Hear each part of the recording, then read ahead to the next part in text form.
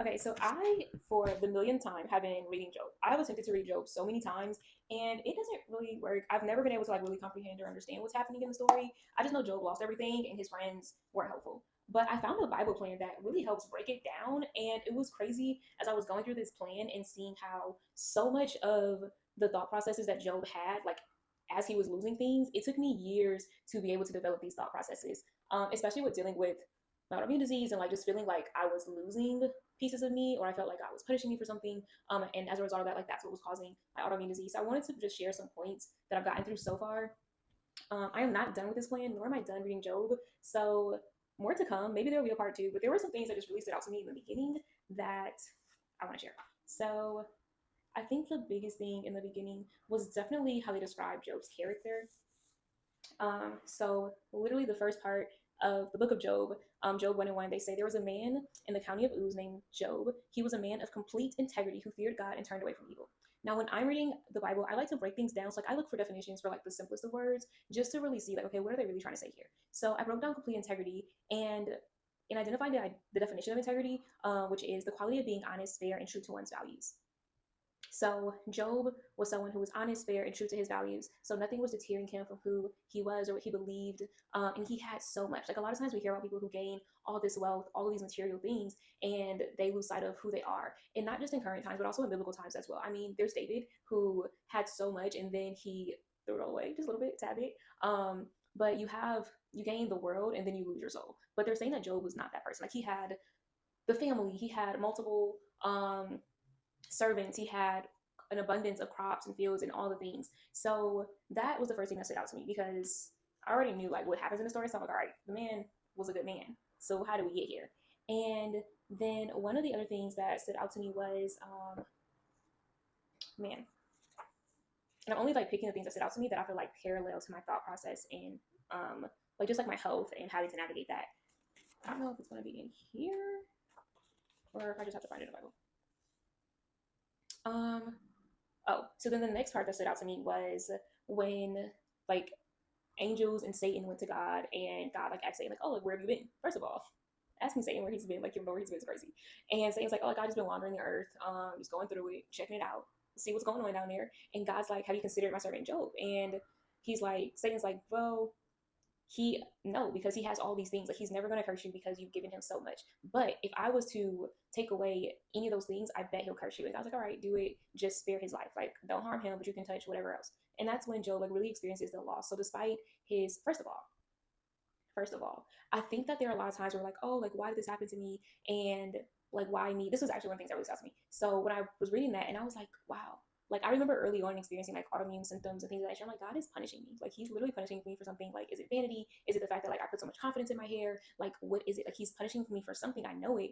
And when I read this part, it really dawned on me, and I know this now, but if I would have read this like years ago, it would have probably dawned on me then that it's not, oh, it's this punishment, but it's like God told Satan to consider Job because he knew that Job was righteous. He knew that he was upright. He knew that he was integrous, and that whatever Satan decides to throw his way, that Job would not curse God, that he would trust God, that he will remain faithful to who he know God has been in his life and what he believes in his core values. And I was just like, wow, like it's not God punishing you. God has faith in you that now, not me. He had faith in Job because I definitely wasn't like Job. But God had so much faith in Job that he was like, go after Job because I trust him. I know his character. I know his heart posture about me. And that was just so mind blowing to me because I'm like, man, if I had the heart posture of Job, like it took me a minute to get there, but if I would have started with that heart posture, insane. But that's okay. That's fine.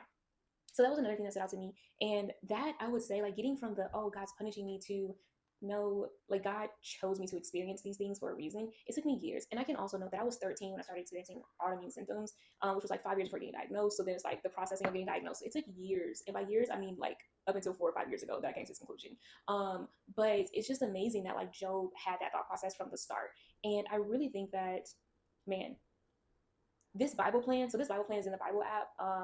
And it's called Why a Study Through Job. This is something I feel like if you're dealing with something where you feel like, God, why me? This is definitely a Bible plan that helps break down. Like maybe it's not why you, maybe it's why not you, or maybe it's like, okay, it's building different frameworks of your heart posture. And it's, man, okay, wait, there's another part, and I'm trying not to say it out of order. So all this happens. Job, the loses his servants, he loses his animals, he loses his kids, he loses everything. And then saying it's like, well, that's because I took away all the material things. But if I touch his body, he'll curse you. God's like, all right, curse his body, do whatever, touch his body, just spare his life. So then Satan inflicts swords over Job. And even then, Job does not curse God. Man, when I say I want to be like Job, because the way Job, not only did he not curse God when he experienced the swords, his wife even told him, like, why are you still like condemn God? And he's like, are you crazy? I would never. I could never. Like, why would I even consider that? And I'm just like, wow, like I remember thinking like that area of my life, the area where I was experiencing the hair loss and the uncertainty surrounding my health, I removed God from that area of my life because I felt like he wasn't there. Like I felt like I couldn't trust God in that area because of what I was experiencing. Now I know that I experienced all of that to speak about these things openly, to provide representation for people who experience similar things as me. But in the moment, I didn't trust God in that area, partially because all I was hearing from medical professionals was like, oh, it'll never get better, like you'll never see progress. And I had no hope. And faith is the substance of things hoped for. So without hope, and I believe, like, I have faith for so many other things, and I've seen God come through time. Like, He never failed me. But in that, I had an empty faith. I had a faith where I'm like, oh, like I'll be fine, like I'll be restored, like I'll do. But I didn't believe it in my heart. And God looks at our hearts. He doesn't look at our words. He looks at our hearts. And I can respect the fact that God looks at my heart because I said those words, I wrote them down, but I didn't believe it. Like I thought that that was impossible for God. And when I look at Job and he experiences losing all the material things, like even his children, but then his body is afflicted, and he is still trusting and honoring God. Mind blowing. Mind blowing. Oh, okay. So this is what Job's wife said to him. So it's Job 2 and 9. I'll actually start at 7. So Satan went out from the presence of the Lord and afflicted Job with painful sores from the soles of his feet to the crown of his head. Then Job took a piece of broken pottery and scraped himself with it as he sat among the ashes. His wife said to him, are you still maintaining your integrity? Curse God and die. So are you still maintaining your integrity? Curse God and die. Like dying would be better than all that you've gone through. And Job says to her, you are talking like a foolish woman. Shall we accept good from God and not trouble? In all of this, Job did not sin in what he said. Let me tell you something. And this is why I'm not Job.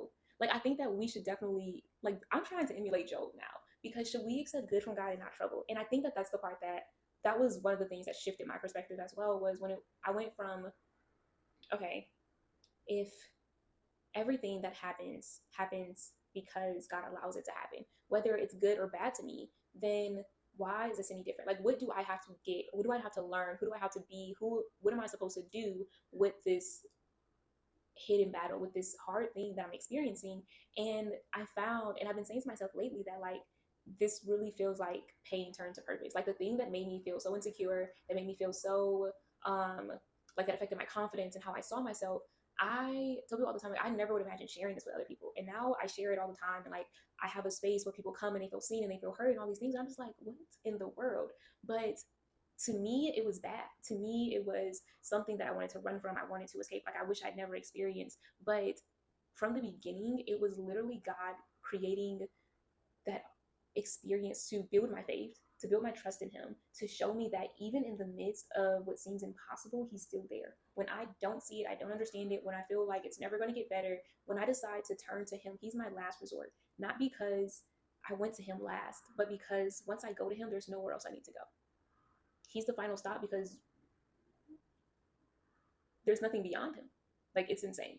So that was crazy too. And then I get to the point, and this is like right before I stop, and we're not but where I am right now currently. So this is probably like the last thing that stood out to me. So far in my like parallels, I would say, man, I forgot what I said actually.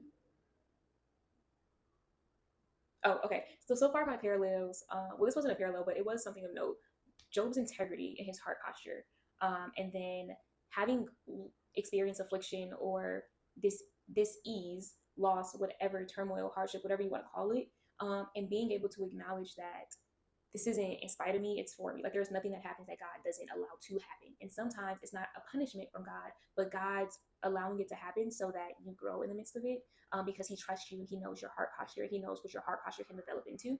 And then being able to identify that not all things that look bad to us are, oh man, okay, that was gonna sound very confusing. It may look bad to me, but it doesn't mean that it's not from God. So those are my two parallels so far. And then this last piece really looks at like community, so Job's community. So his friends hear about everything that happened to him, and they come, and at first they're like sitting in sorrow with him, but then when they decide to open up their mouths, they don't say anything that makes sense. Like, none of it makes any sense. And one of the things that really got me was when one of his friends said, man, where is it?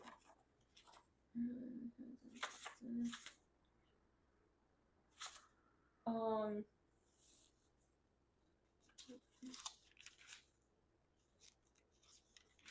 his friend Zafar says, "Yet if you devote your heart to him and stretch out your hands to him, if you put away the sin that is in your hand and allow no evil to dwell in your tent, then free of fault, you will lift up your face, you will stand firm and without fear." So he's basically telling Job that get yourself together. If you get yourself together, then all of these problems will go away. Like, you did something that caused all this to happen, so you need to get it together. Turn away from your sin, get your heart posture together, and then go to God, and He's gonna restore everything, or He's gonna make everything better. And Job's response to him is essentially, I hope this is the right part, but Job's response is, "Who am I to consider? Like, who am I to?" Okay, no, I gotta find it. Okay, so yeah. So Job says to God, so in 12:13, he says, "To God belong wisdom and power, counsel and understanding are his." So basically, what you think this is, or what you think about the situation or why it's happening, it's not yours to understand. Like, your role, like, Job has remained faithful. His integrity has remained the same. His heart posture, his attitude towards God, his reverence for God, the way he honors God has remained the same throughout this.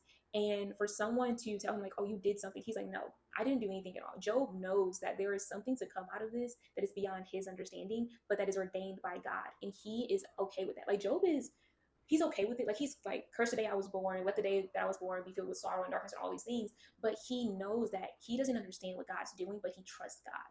And that was the part, like I mentioned this before, but that was this turning point for me where I was like, okay, I don't know what's happening, but I know that